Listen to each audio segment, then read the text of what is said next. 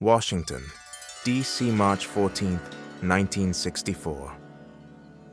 The Sheraton Park Hotel ballroom has been transformed into a martial arts arena. 300 spectators fill the rows of folding chairs arranged around a raised wooden platform. Fluorescent lights hang overhead. The air smells of floor wax, sweat, and hotel coffee. This is the National Karate Championship. Not the biggest tournament in America, but significant. Participants from 9 states, 7 different styles: Shotokan, Goju-ryu, Kenpo, Isshin-ryu, Tang-Sudo, Wado-ryu. The tournament has been running since 9 in the morning. 12 hours of competition, kata demonstrations, kumite matches, point fighting. The crowd is exhausted but energized. The final event of the evening is about to begin. Not a competition, a special demonstration by the tournament's guest of honor, Victor Moore. Anyone interested in American karate in 1964 knows this name. Victor Moore is the most feared point fighter in the country. His record isn't just impressive, it's superhuman. 33 tournament victories in a row. Not 33 fights, 33 tournaments. First place every time. 11 years of competition without a single defeat. His entire fighting strategy is built on a single weapon. A single technique so fast that no one in the history of American martial arts has been able to defend against it. His right leg sidekick. He executes it from a completely neutral standing position. No preparation, no hip rotation, no warning. One moment he's standing still. The next moment his foot is in your chest and you're looking at the ceiling. Referees have timed it. You're less than 3/10 of a second from standing to full extension. Fighters who have faced it say they never saw it coming. They just felt the impact and found themselves on the ground trying to understand what happened. Some describe it as being hit by an opening car door. A sudden, flat, massive force appearing from nowhere. Victor Moore is 6'3", 220 pounds, long arms, even longer legs. His reach advantage over most competitors is so extreme that fighting him feels like boxing against someone through a window. You can't get close enough to touch him, but he can touch you whenever he wants. Tonight he's scheduled to demonstrate that kick, show the audience what makes him unbeatable. Maybe break some boards, maybe do light sparring with a predetermined partner. Accept the applause, shake some hands, go home. That's the plan. Victor stands on the raised platform. His white GI is immaculate, pressed. The black belt wrapped 3 times around his waist. He holds a microphone in his right hand. He's already been introduced, already received a standing ovation, already thanked the organizers, the judges, his competitors. Now he does what champions do. He performs. Ladies and gentlemen, his voice fills the ballroom effortlessly, deep, controlled. The voice of a man who never has to shout because his fists speak louder than words. Tonight I want to show you something that will change your understanding of speed, your understanding of power. 300 people lean forward in their folding chairs. My sidekick is considered the fastest technique in American martial arts. I'm not the one saying that. The record says so. And 33 tournaments, 33 first places, and not once has an opponent managed to block this kick. Applause, respectful, deserved. Then Victor makes a decision that will haunt him for the rest of his career. But I don't want to just demonstrate on a heavy bag. Anyone can kick a bag. I want to show you what this kick looks like against a living body, a real person standing in front of me, trying to stop it. He pauses, looks around, 300 faces staring back. I need a volunteer, someone who thinks they're fast, no matter what style, no matter what rank. Come here, try to block my kick. I'll pull it back before full contact. No one will get hurt. I just want this audience to see what real speed looks like when it hits a real target. Silence. No one moves. The smart fighters in the audience know better than to volunteer against Victor Moore's legendary sidekick. The proud ones do the math in their heads. The calculation isn't encouraging. Victor waits. 5 seconds. 10 seconds. The silence becomes uncomfortable. The champion has asked for a challenger, and the room has fallen silent. Victor's smile widens. He enjoys this part, the hesitation, the fear. It proves his point before the demonstration even begins. Then his gaze falls on someone in the third row, a small man, young, Asian. He sits completely still, while everyone around him shifts uncomfortably in their seats. He isn't wearing a jai, no belt, no patches, nothing indicating he has anything to do with martial arts. Dark pants, dark shirt. He looks like a spectator, a civilian, someone who came to watch, not participate. But something about this man catches Victor's attention. Not his size, the way he's watching. Not watching like a spectator enjoying a show. Watching the way a mechanic watches an engine, studying, analyzing, taking things apart in his head. Victor doesn't think about it long. He needs a volunteer. This small man would be perfect. Small enough to make the demonstration dramatic. Civilian enough to make the crowd gasp. The audience will see this tiny figure standing next to the champion. They'll worry. And when Victor's kick blurs past his face, missing by an inch, they'll erupt. Great entertainment. Great showmanship. Victor points. You, the small one, third row. How about it? Want to see the fastest kick in America up close? A few nervous chuckles break out among the spectators. Victor is smiling. This is part of the show. The small man in the third row doesn't laugh. He looks at Victor, looks at the finger pointing at him, looks at the platform, the judges, the audience, the situation. Then he says one word. Sure. He says it the way someone agrees to pass the salt. No excitement, no hesitation, no emotion at all. The man sitting next to him, a compact Filipino martial artist named Dan Inosanto, grabs his arm, squeezes, leans in close. Bruce, don't. Bruce Lee looks at his friend. His expression doesn't change. He gently removes Dan's hand from his arm. It would be rude not to answer when asked. Dan Inosanto closes his eyes. He knows what's coming. Not for Bruce, for Victor Moore. Bruce Lee stands up from his folding chair and begins walking toward the platform. He moves through the rows of seats the way water moves through rocks, smooth and unhurried. People shift their knees to let him pass without really looking at him. He's just a small man walking to the stage, a volunteer for a demonstration. Nobody special. In 1964, Bruce Lee is a ghost in America. No magazine covers, no movie roles, no television appearances. He's 23 years old. He runs a small martial arts school in Oakland, California, teaching Southern Chinese Wing Chun to a handful of students. He was born in San Francisco, raised in Hong Kong, returned to America at 18 with $100 and knowledge of combat that no one on this continent fully understands. He's been invited to this tournament not as a competitor, not as a guest of honor, but as a favor. Ed Parker, the Hawaiian-born martial artist who organizes many of the West Coast's biggest events, saw Bruce give a small demonstration at a gathering in Los Angeles a few months earlier.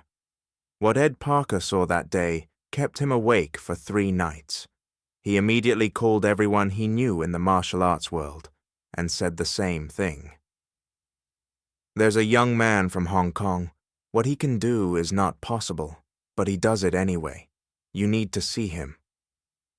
Ed Parker is sitting in the front row tonight. He was the one who arranged for Bruce to attend this East Coast tournament. A chance for Bruce to observe, to network, to see American karate culture firsthand. Not to fight. Definitely not to fight the most dangerous point fighter in the country. When Ed Parker sees Victor Moore point at Bruce Lee, His stomach drops. He leans over to the man sitting next to him, his voice barely audible. Oh no. The man next to him frowns. "'Kay, what? That's Bruce Lee. Who's Bruce Lee?" Ed Parker pauses. He doesn't know how to answer that question quickly. He doesn't know how to compress what he saw in Los Angeles into a sentence. So he says the only thing that feels accurate. Victor just made the worst mistake of his life. Before we continue this legendary moment in martial arts history, if you're fascinated by these tournament encounters where Bruce Lee shocked the American karate world, subscribe and turn on notifications. This is the night that changed everything. The moment a 23-year-old unknown from Oakland walked onto a stage and rewrote the rules of American martial arts.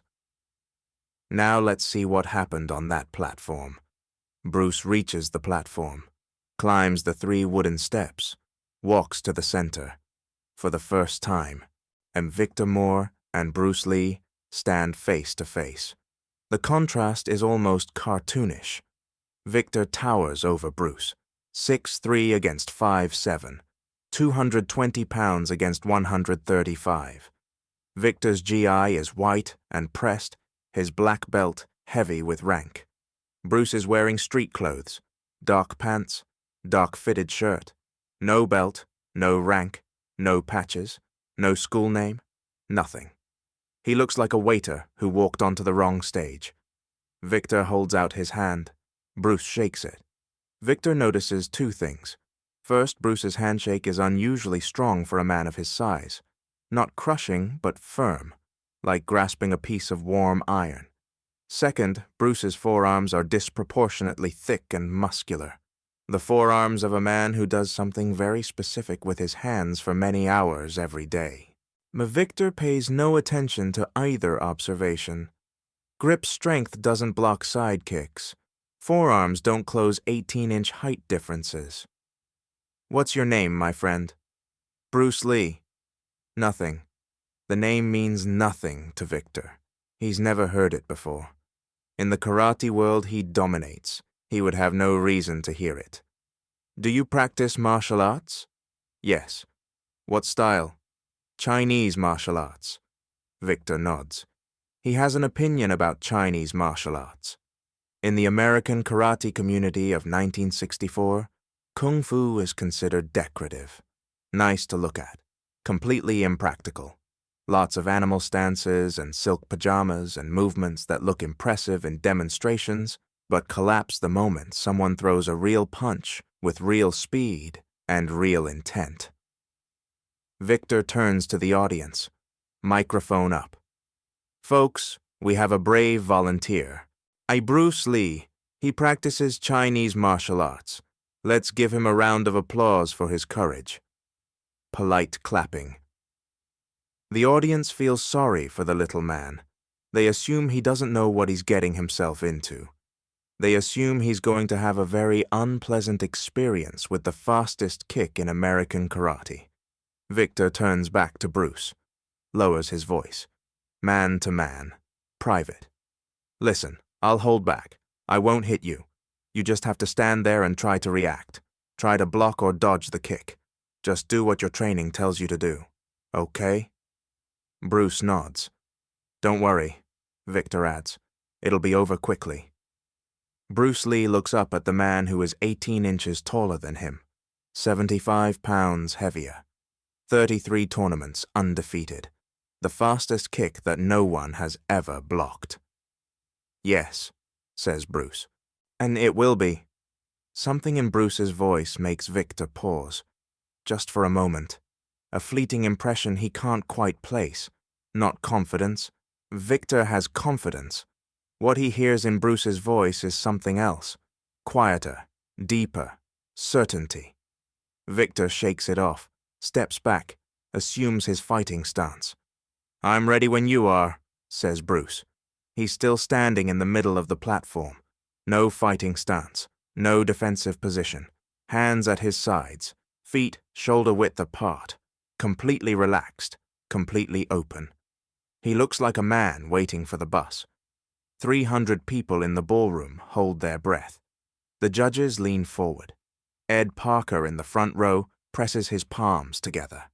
Dan Inosanto in the third row can't look. He covers his eyes with one hand, then spreads his fingers because he can't look away either. Then Victor Moore, 33-time undefeated champion, fastest kick in American martial arts, 6'3", 220 pounds of trained, tested, proven karate excellence, shifts his weight, takes a breath, and launches his legendary sidekick at the small Chinese man who looks like a guest. What happens next takes less than a second, but it will take the rest of this story to explain it. The ballroom erupts. 300 people are talking at once.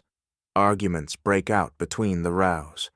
Karateka shake their heads, trying to reconcile what they just saw with everything they've been taught.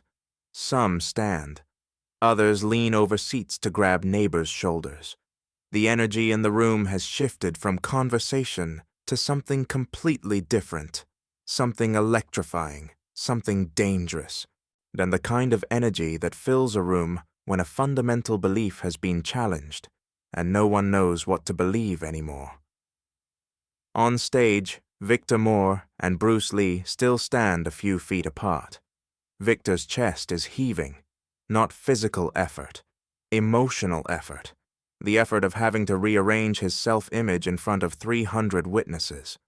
Bruce stands motionless, patient. He gives Victor space to process what just happened. There's no triumph on Bruce's face, no satisfaction, no showmanship. He looks like a doctor who's just made a diagnosis, calm, professional, aware that it takes time to process the information he's just given. Ed Parker stands up from the front row. He senses the moment, understands what's happening in this room.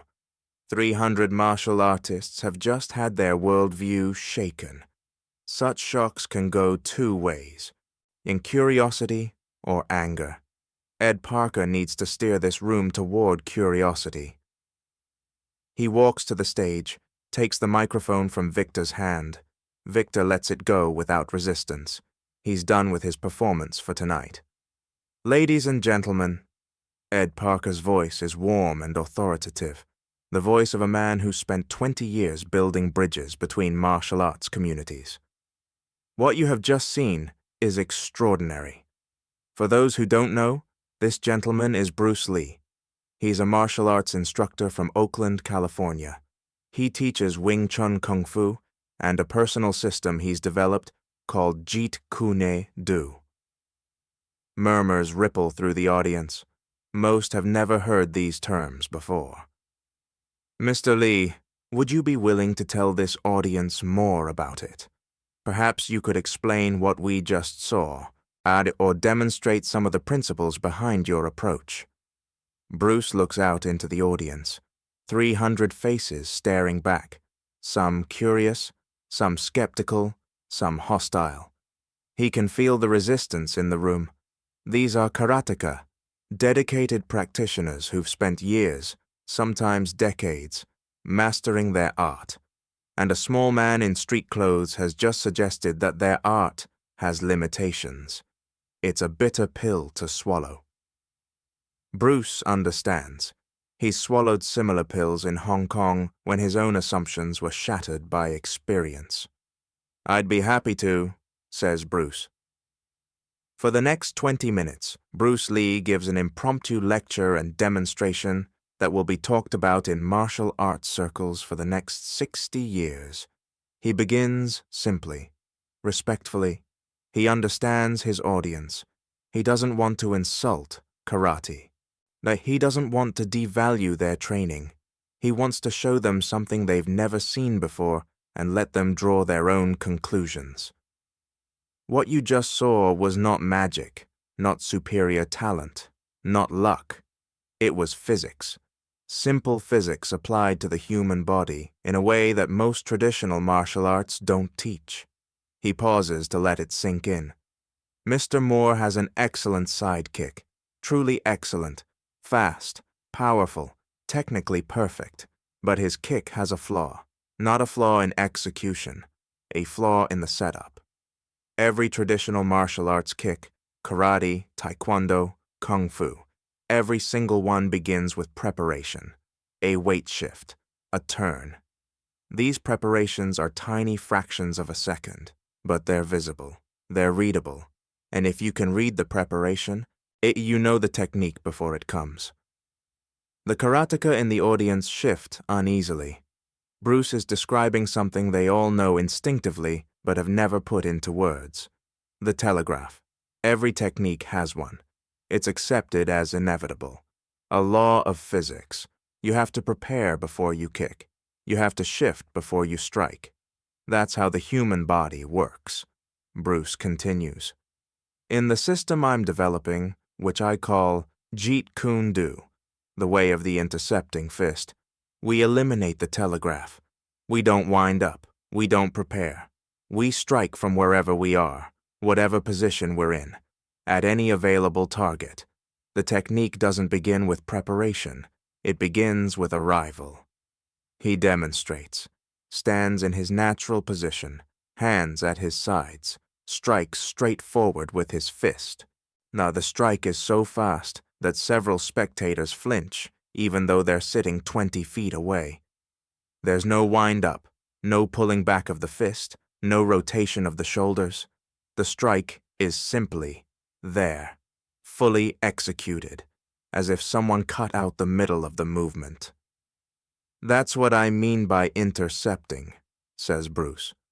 I don't wait for an attack and then react. I intercept the attack during its preparatory phase. While your body is still preparing to execute a technique, my technique is already on its way. When your kick is in the air, my counterattack has already arrived. That's not speed, that's timing, and timing is a learnable skill. Victor Moore, still standing on the platform, listens with an intensity that changes his face. The arrogance is completely gone. In its place is something raw and open. The expression of a man hearing for the first time an explanation for something he experienced but couldn't understand. Bruce turns to him. Mr. Moore, may I show you something? Victor nods without hesitation. The resistance he felt before has given way to hunger for understanding. Try to hit me with a sidekick again, full force, don't hold back. Victor assumes his fighting stance. The audience tenses. After what they just saw, it feels like watching someone reach for a hot stove for the second time. Victor executes another kick. Full force, full commitment. His legendary sidekick, the technique with which he's won 33 tournaments. Bruce doesn't dodge this time. He steps forward, right into the kick. His left hand guides Victor's ankle, not blocking, redirecting. A gentle, circular motion that uses Victor's own momentum to turn his body. At the same time, Bruce's right hand touches Victor's chest. Not a punch, a placement, a physical note that says, "Here, this is where I would hit you. This is where it would end." Victor's kick flies past Bruce's left hip. Bruce stands inside Victor's defense, one hand on Victor's chest, completely in control, completely calm. He holds the position for 2 seconds so everyone can see. Then he releases Victor and steps back. "Did you see what happened?" Bruce asks the audience. "I didn't block his kick. Blocking is a reaction. Reactions are always slower than actions. Instead, I intercepted his kick during his movement. I moved forward, not backward. I entered the space at the moment when his balance was committed to the kick and could no longer be recovered. That is the principle of interception. Don't defend, don't react. Intercept." The audience is silent, processing. 300 brains calculating everything they thought they knew about distance, timing, and the basic architecture of combat. Bruce spends the next 45 minutes demonstrating one concept after another, each simple, each revolutionary to an audience trained in traditional martial arts. He demonstrates the centerline theory of Wing Chun, the idea that the most efficient path between two fighters is a straight line along the center, and that controlling that line provides structural advantage regardless of size or strength. He demonstrates Chi Sao, sticky hands.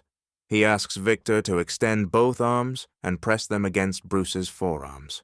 Then he asks Victor to try to touch Bruce's face, while Bruce tries to touch Victor's face. The exercise looks simple. Two men with forearms touching, trying to find an opening. Victor can't touch Bruce, not once. Every time Victor moves, Bruce's arms are already there, deflecting fluidly, finding the gap that Victor's movement created and exploiting it. Victor's hands keep hitting Bruce's forearms. Bruce's hands keep appearing in front of Victor's face, chest, throat, lightly, gently, but undeniably. This is sensitivity training, Bruce explains as his hands continue flowing around Victor's defenses.